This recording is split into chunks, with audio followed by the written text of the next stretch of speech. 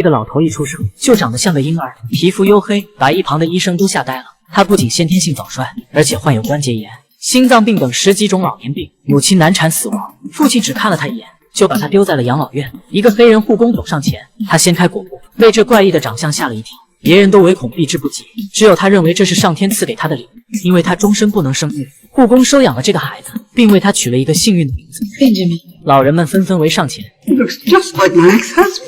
转眼7年过去，本杰明长大，他白发稀疏，坐在轮椅上俨然一个耄耋小老头，但他的心理年龄只有7岁。他对一切事物都充满了好奇。同龄的孩子正在玩耍，本杰明看得出神，但护工一把拽回轮椅，让他和那些老人坐在一起，享受美好的暮年时光。一段日子后，本杰明的身体越来越好，他成功从轮椅上站起来，能够拄着2只拐杖慢慢行走。渐渐的，他只需要1根拐杖。再后来，本杰明已经能够健步如飞，看着他越来越好，养母很是欣慰。但因为外表的原因，他始终无法融入同龄人的生活。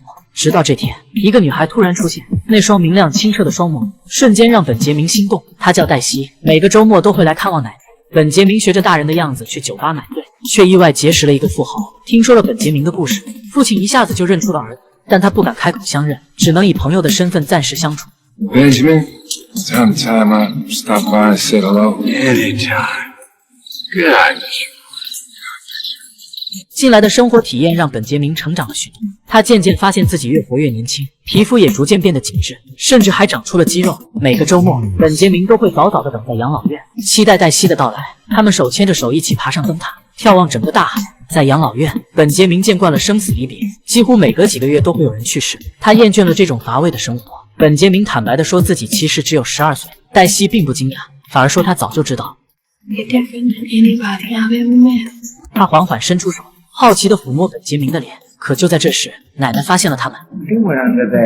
奶奶呵斥黛西回房间，并警告本杰明不许他靠近孙女。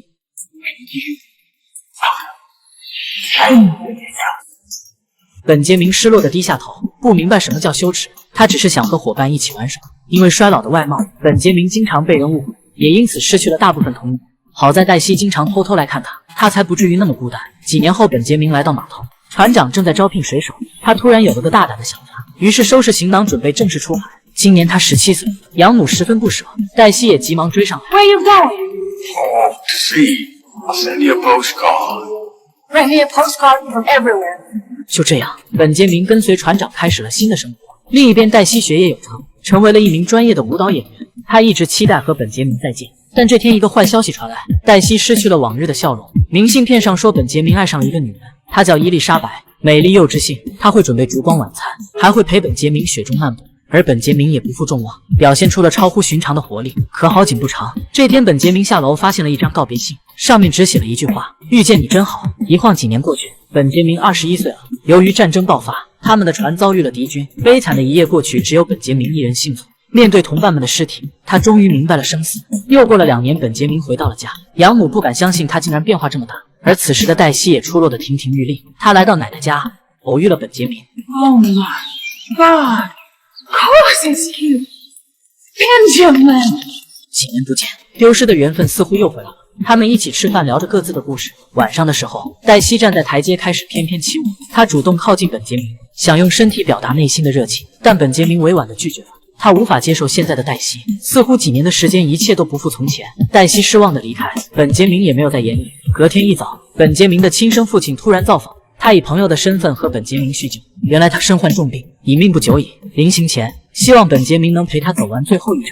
两人来到了一家纽扣工厂，这是他全部的财产。忽然，他叫住本杰明，坦白了一切。Benjamin, you're my son. Thought you were a monster.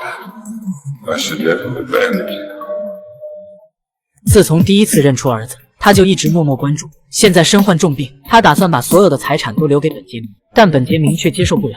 他质问父亲 Why didn't you just tell me? 随即转身离开。本杰明思虑许久，最终还是选择了原谅。推开门，父亲虚弱地躺着。他说想再看一眼大海。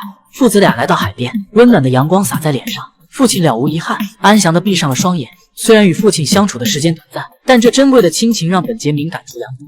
葬礼结束后，本杰明立刻动身去纽约。他走进表演大厅，想要挽回错过的爱情。黛西正在舞台上表演，她美丽动人，翩翩起舞。本杰明看得有些出神。演出终于结束了，他抑制住内心的激动，缓缓走进后台，想要跟黛西表白。可这时一个男孩从身后出现，紧紧搂住了黛西。本杰明的心瞬间凉了一半，但他还是答应黛西陪他去参加庆祝晚会。晚会开始后，黛西一直忙个不停，她辗转在不同男人的身边，似乎已经习以为常。本杰明看在眼里，最终选择了默默离开。黛西立刻追上来，显得有些无奈。 What did you say? What, you want me to drop everything? This is my life. 两人再次不欢而散，因为环境不同，他们的距离也渐行渐远。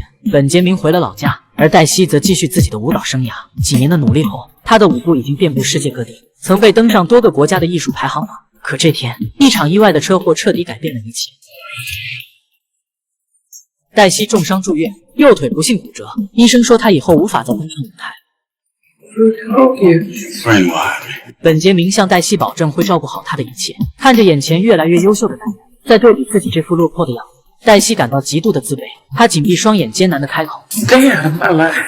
当她回过头时，发现本杰明已经离开了。但实际上，本杰明知道黛西不想让他看到自己这副模样，那他就躲在一旁，直到他完全好起来，才放心的离开。转眼过去了10年，俩人再无关联。直到这天，本杰明回了老家，一个女人出现在身后，他回过头，缓缓走上前，俩人紧紧拥抱在一起。此时的黛西少了些年轻时的活泼，却多了一份成熟之性。他们看起来差不多大，终于在对的时间爱上了彼此。两人一起出海，感受日落的温馨，期待日出的美好。他们开始搭建属于自己的家，虽然只有一张床垫，还有干不完的杂物活，但这段时间，俩人感受到了前所未有的快乐。